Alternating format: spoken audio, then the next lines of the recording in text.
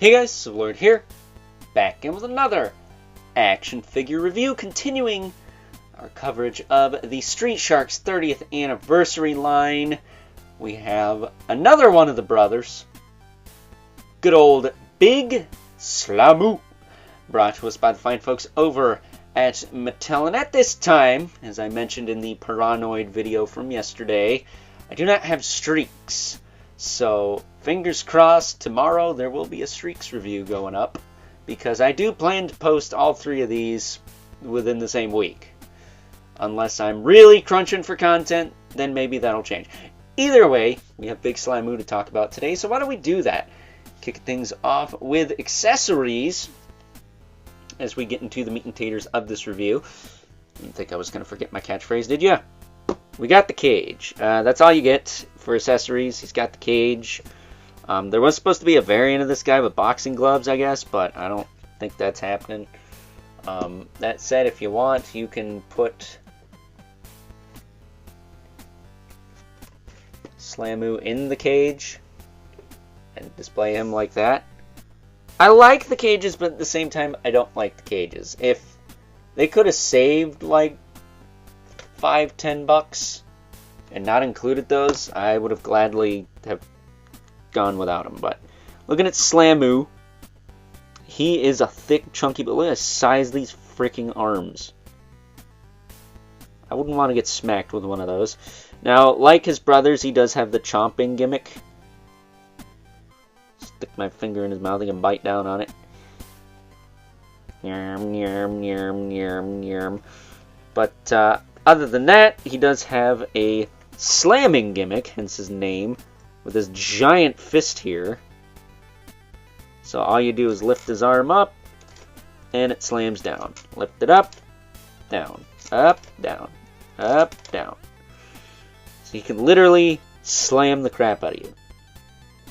That said, his arm here is a little clicky, at least on mine. You can hear that. It does like pop into place, but when you rotate it, it does have a tendency to click a little bit. So that's interesting. It seems to be doing it a little less now. It probably wore it out a bit. It's not loose or anything, but definitely feels a little bit less scary now. But as far as the rest of his articulation goes, shoulders will go out to the side, back down.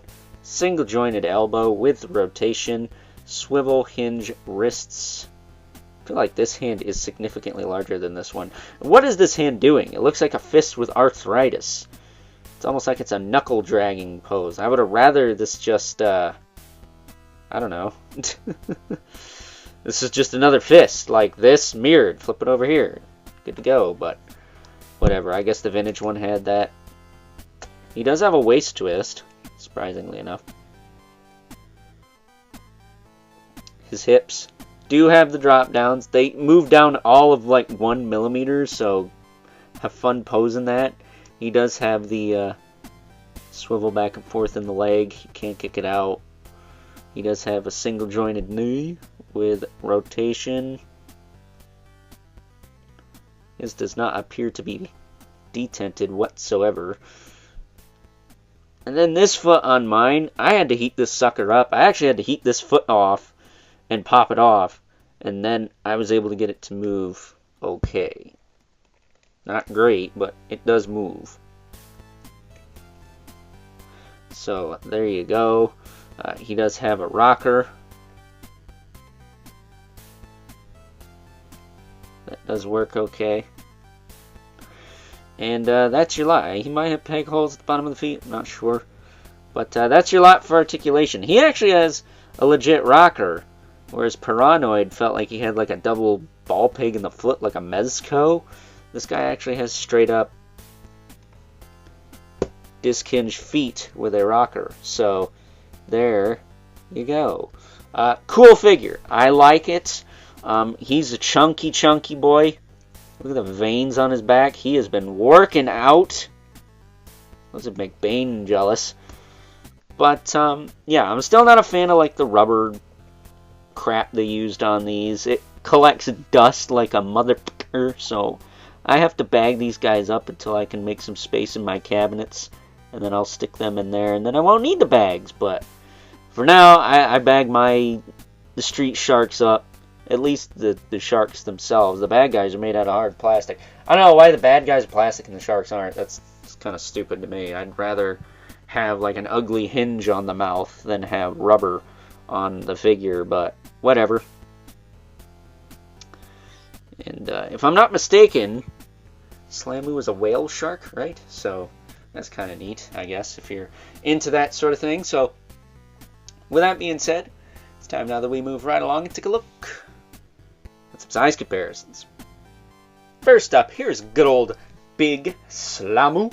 Alongside his street shark brethren, we have Ripster, the great white, and Jab, the hammerhead. And yeah, I think they look good together. Although, if I'm not mistaken, Big-Slamu is supposed to be taller, but of course, these are based off the vintage toys, not the cartoons, so the size is probably a little bit off. But for me, Slamu does feel a little bigger in hand. That's what she said. So I don't mind it as much. Getting these two out of the way. Ripster first. Then Jab, who I will demonstrate his arm here.